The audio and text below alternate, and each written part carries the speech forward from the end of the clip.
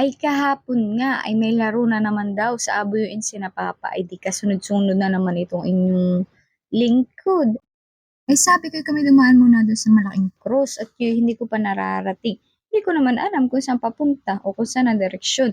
Kaya kami nagtanong pa sa Iginalaang at merong tricycle driver na malapit lang doon sa location. Tapos ay syempre nag-chat din ako kay na ate at by di na nga nung ako'y nakarating na ay di ito po yung daan niya. Bale di sinaididiretso namin dito yung motor ay hindi pa ganun ka ayos yung daan. Pero dahil summer at mainit ay dito yun naman. Kaya pumasok lang kami ng kaunti ng nakamotor. Tapos ay iniwan na namin yung motor at kami ay naglakad na.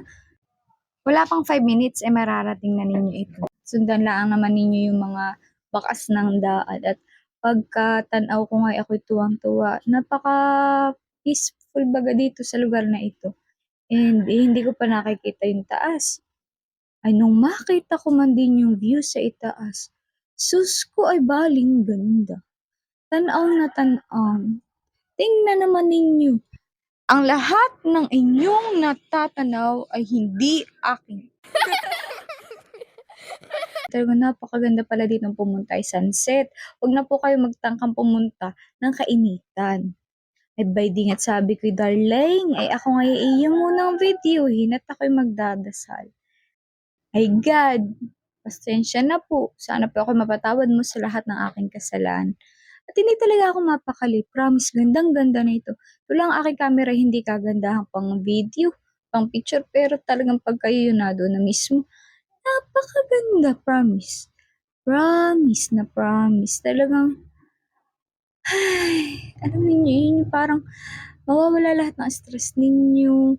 Mamamangha na lamang kayo sa inyong makikita. Kaya para mas lalo ninyong makita, sabi ko, darling, katamo na ay mag-video ako sundan mo. Hoy, sumunod ka. At bayan nga habang iniikot ko yung camera, edi si pasunod-sunod din. Iya, napakabait naman. Di na yan na ako, anaangat. Basta sunod na lamang ng sunod. Sabi ko, gandahan eh, ganda ko. Iya. Ay, yak ay, hindi laang nag-react. Ay, nako, sabi nga ni Ma'am Glo. Ay, aray na din, basta't nasakay ka na sa mga trip ko, pagbibigyan na kita. Kasi kami bumaba na din at kami nga paabuyuin pa. Ay, pwede na nga po ang daan pa uwi. So, tuyo po siya dahil mainit. And siya naman po talaga ay ginagawa pa. Di bali nung kami naglalakad, sabi ko isama namin yung dalawang bata at nang makakita naman ng ganito. At yung mga timbahay din lang talaga for life, just like me. Ako ngayon na lang nakakapag-uli-uli. Talagang mas gusto ko sa bahay. Pero, awan, parang ako nahihilig na din umuli-uli ng kauntian. Siguro sabi nga i-cherish yung time na magkasama kami. Basta gusto ko ako laging kabuntot dito aking asawa At bayan na nga po yung bako. Adi yan po yung nag-aayos. Bako baga ito, bulldozer. Ay awan, hindi ko natanda kung anong pinagkaiba ng dalawa.